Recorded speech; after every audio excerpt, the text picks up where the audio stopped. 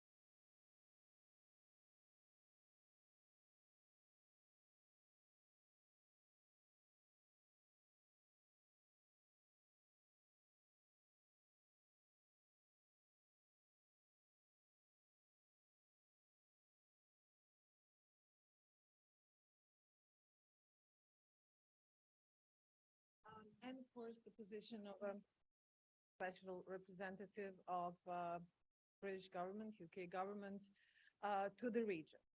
Let me start with the event from 9 months ago. We were almost exactly 9 months ago. We were in Budapest at a conference organized by Hungarian Foreign Ministry and the V4, and the war in Ukraine has just started. The atmosphere was rather gloomy, but we were all very much aware that things are going to change. One of the participants at the conference, one of the panelists, was Lord Peach, together with Miroslav Lajčák, a Slovak diplomat, we all know. And the discussion about the region, as all the discussions about the region, was very vivid, very interesting. And we expected so many things to change. Well, so many things have changed in Europe, so many paradigms have shifted, but not so much in the region. 9 months later, nothing is the same in the world anymore, but in the region, we're still facing the same challenges, we're discussing still the same issues, and some of these issues and some of these crises appear to be escalating. Lord Peach will offer today his insights and his thoughts and impressions of the situation in the region. So I would not take any more of the precious time we have with him. Thank you, and thank you, Professor Churchill, for inviting me, and thank you, Professor, for the introduction. I'm very pleased to be here, not least in this beautiful city of Sarajevo and this fine university. And as I am aware, I went yesterday to the Museum of History here in Sarajevo and had a very interesting conversation there.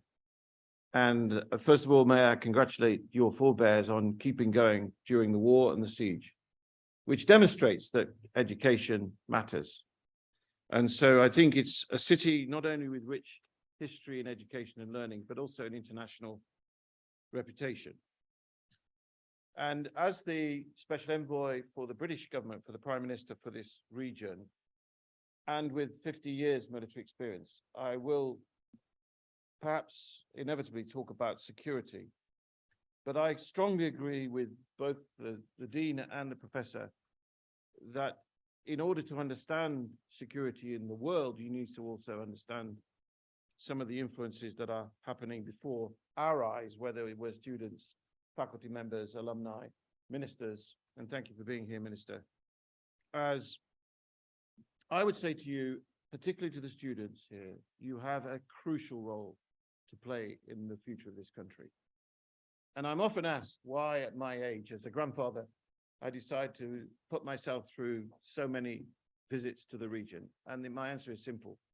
So for the students here, I want to make it clear that I want to try and help with my experience to give you hope, better hope for the future, and how international security could be a very important part of your career. I will talk about the region and also talk about a little bit about geopolitics, because I think it's important, not because we all enjoy it, even if at times it's, I'm not going to quote the famous quote from Mr. Churchill for the region, but there's a bit too much geopolitics for my liking at the moment. So we see the buffeting of your region by global events. We see global competition playing out both economically, politically, and personally. But I also would counter that competition here in Sarajevo, here in this region, with an opportunity, which the Dean touched on, which is the opportunity of the Euro-Atlantic journey, which the British government, we in the UK support.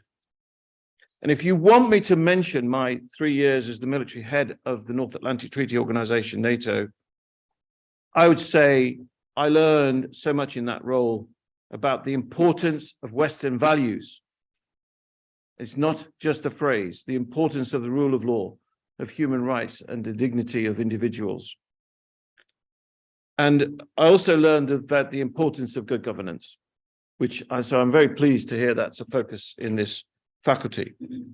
But what we see with Mr. Putin, President Putin's illegal war against Ukraine, and I don't need to remind this audience of just what a 9-month journey of tragedy that has been for the Ukrainian people. But you can see every time, almost every day, tragically, the way instability is driven, destruction, which even as a military man with so many years' experience, I've been shocked by the deliberate destruction of so much civilian infrastructure in Ukraine.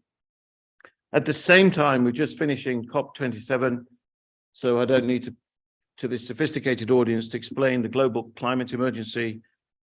And I don't need to explain, even though it's quite warm in here today, it was not warm yesterday in your museum, by the way. And seriously, the winter is here. And the global energy security issue, whether it's my country or your country's, is real. The food crises. I would remember being almost laughed at in think tanks as the Chief of Defense Staff for saying we need to pay attention to food security as the population in the world grows. And many of the intellectuals, both sides of the Atlantic, said, no, there's too much supply, it'd never be a problem.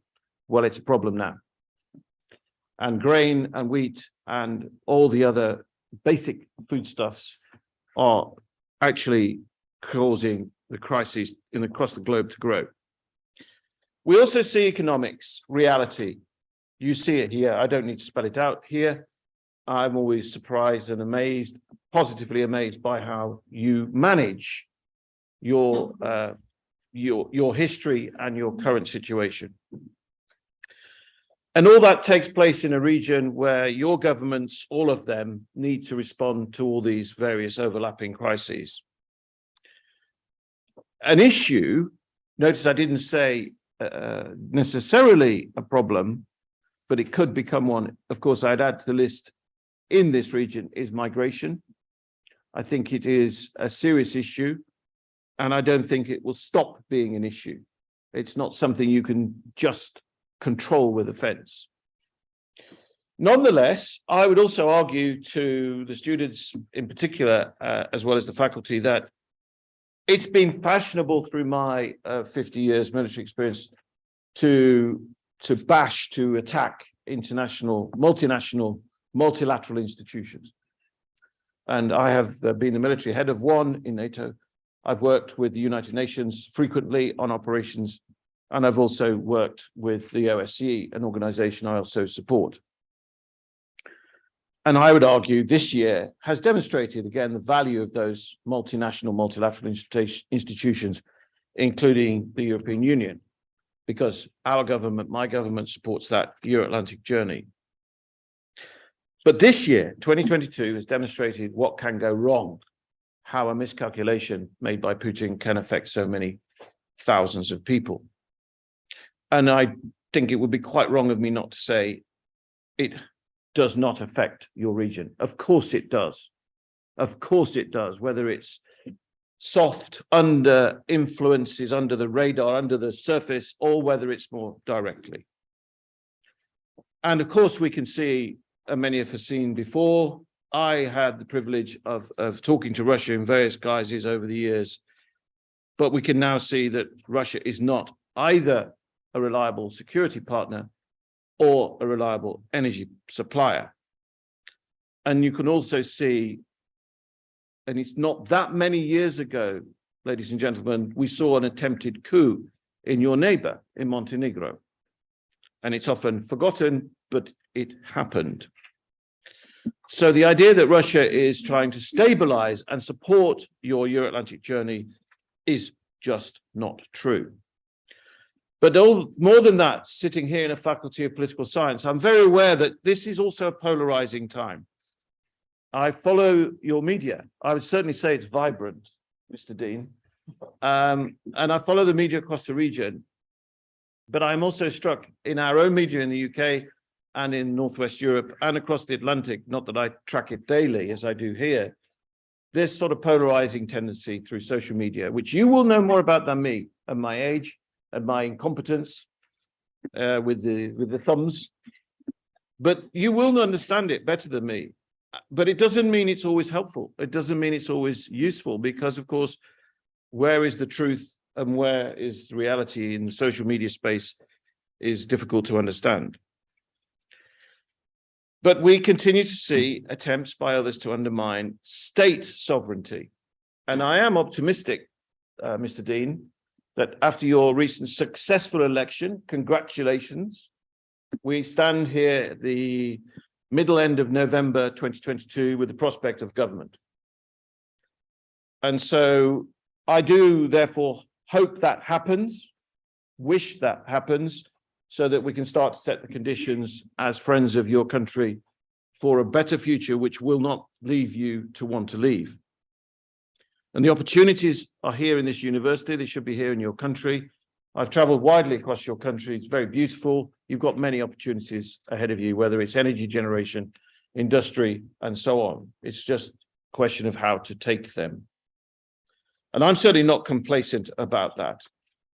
I've served here. I've been here for many visits. And therefore, I commit once more to helping in every way the British government can. And I'm grateful for the introduction, because I don't need to emphasize, as I've been doing throughout the year on these various platforms, as the professor mentioned, the need now to look forwards, not backwards. Again, at your museum yesterday, I was reminded in detail of the history in the 1990s, which seems only yesterday. And I read a lot of books about your region, and I meet a lot of people. But I was the chairman of the Imperial War Museum in London. And forgive me just to bring that to life for you. That's 5 museums.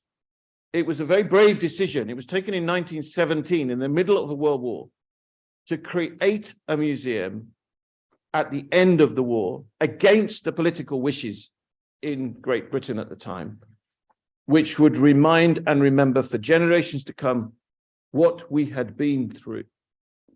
And the museum was opened by the King in 1919. I've been privileged to read the King's speech. And I don't quote things because I know it's very fashionable in universities, but I will say something that King George V said in 1919. He said, "In my kingdom, there are 25,000 parishes. A parish in Britain is the basic administrative unit and is clustered historically around our church. 2 out of 25,000 do not have a war memorial. 2 out of 25,000. That's why we need to remember." And so personally, again, I commit once more to reconciliation. it's an important word, it's an important concept. And as I saw yesterday at the museum, I'm seeing here today, it's something we need to focus on. And talking about secession, destruction of the Federation, and talking about the threats and actions we sometimes see in some of the politics here is the exact opposite of what I'm trying to say. And all the things on the Dean's list are the exact opposite of what I'm trying to say. Those values that will lead you, the young people of your beautiful country and your families, to stay. Not through organized crime, not through corruption, but for a better future. And we continue to commit, both in government and through our wonderful embassy here, to support that. And in simple language, I am a simple military person. I'm not a professor. And in simple language, we should not, we must not, and I use the word must carefully, reward bad behavior. And so that's why the UK introduces sanctions, and we're attacked for it. I know that. I am attacked for it. The ambassador is attacked for it. But it's the right thing to do, because we sanction those for which we have evidence who undermine the state they're in, and they continue to do so. And it isn't just here. We continue to do it around the world, with a particular focus at the moment on Russia. We also, again, I'm very honest with you, and I'm sure this will come up. You know, why so many years after your war do you have international forces here? And I'm the first to say, you shouldn't be here, but they are here to provide, to sustain a safe and secure environment. And I strongly support that while it is necessary, in order to give you that confidence for the Euro-Atlantic journey and sustain your sovereignty, which is why UK government and personally, I support the office of the High Representative. And in an ideal world, I am very clear, we should not need a High Representative so long after the war, but we do. And that is a symptom of the need for political change. And we will continue to support the High Representative working with the people to provide that focus. So we believe in sovereignty and we believe in self-determination. And we will continue to do what we can nationally and with our allies and partners to provide that support to you. For example, if I turn back to Russia, we work very hard in the UK to counter the media attempts by Russia to tell lies, to spread disinformation. And I think it's true that you know this, that there are now many frequent and dangerous cyber attacks in the region and across the world. Some of them are state-sponsored, some of them are conducted by states, some of them are conducted by criminals. It's complicated to understand which is which, but they are dangerous, shutting down safety systems in hospitals, shutting down electricity supplies. Ransomware is also undermining the very values that we represent. So we will continue to support both the international missions in the region and doing our best as partners with Ukraine to push back against Russia. Here, we not only commit to your sovereignty and territorial integrity, but also to a federal state for the future. And we work with you on that. I will focus just for a moment, briefly, on energy, though, because the dependency on Russia is a problem. And you have the ability here in this beautiful land with your topography, your mountains, to create renewable energy. And an energy independent country here in Bosnia-Herzegovina would be very helpful to your independent sovereign future. And we want to support you on that journey through British investment partnerships across the region. And we will do that with money as well as expertise, and both through export financing and individual projects. We will also, through our embassy in particular, work with good governance, both with democratic institutions and other groups, such as universities. So again, thank you for the invitation. And as I mentioned, the OSCE, I'll also mention the Council of Europe, which has an important part to play in stabilizing democracy and the rule of law. The Dean mentioned organized crime, and it is a problem. And I think it's easy to just not talk about it, but that's wrong. It is a problem. It undermines good governance, it undermines the faith of individuals and families in the future. And actually, I imagine I am not a pollster. I imagine there may be pollsters in the room who you know the latest polls, but I imagine that organized crime sets the conditions for people leaving and people emigrating because they don't want to live in a place where criminals flourish. And of course, to be honest, it affects the UK security, so we care about it. We don't want to live in a criminal continent. And so my message again to the students here is good governance is hard work. I've done many operational deployments where we've been working with governments and on governance. And it is hard work, but it is the cornerstone of a better economic future. The other thing to say about the UK, we're often criticized in your media and in this region, but we do stay. We are not fair weather friends. We've been here for many years, and every time I visit the ambassador's residence, there is a memorial to the British soldiers who died here supporting you during the war so you would have a better future. And I always pay tribute to those soldiers, some of whom I knew. So this is not easy, and I admire the stoicism and the determination of the people of your country. And we have to work through, my message today is about reconciliation. We have to work through historic division, which takes courage and compromise. And you might expect the surprise for me as a four-star general to say that. But one of the things about leadership, I would always say to all of us, is you have to have the humility in leadership to understand that compromise is necessary. And absolute positions never work. At this time of strategic competition with a war on our continent is the time for that wider sense of a better future. And we have worked with you for many years, and I now believe that change is urgent. The competition, Russia's aggression, economic conditions in the energy crisis means what I'm saying is urgent. And irresponsible governance and irresponsible behavior and threats of secession is not helpful. I imagine, you can only imagine, we can only imagine sitting here in Sarajevo, but you have the memory of your war. And of course, Ukrainians have all too vivid demonstration of how their world, their lives are being changed before their eyes. And we need to be very careful not to revive the trauma and division of the past. And every time I go to a museum, I think that. And every time I see the articles in the museum, you realize that we must not try and turn the clock back. And there's something hollow and negative about Putin's Russia's offer. That does not mean, and I will never say we have a quarrel or a problem with the Russian people, but it is about their leadership. So we look forward, following your recent successful election, working with everyone to seeing a new government and it getting to work so that the Federation can work more effectively and kickstart the necessary reform, strengthen the judiciary, and really importantly, unlock the investment that you need in the country. The potential is here.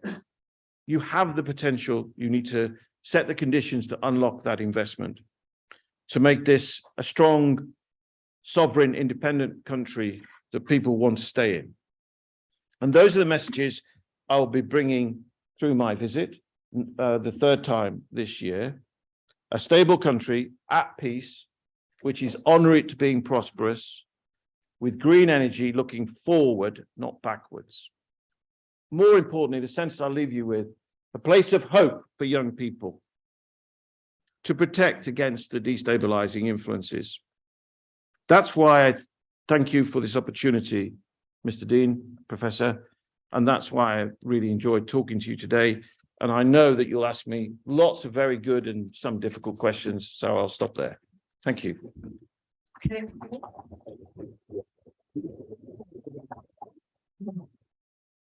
Thank you, Lord Beach. Although I know most of the people in our audience, I will still ask you to, please introduce yourself. When we want the time to, question. So, we open the floor to Q&A.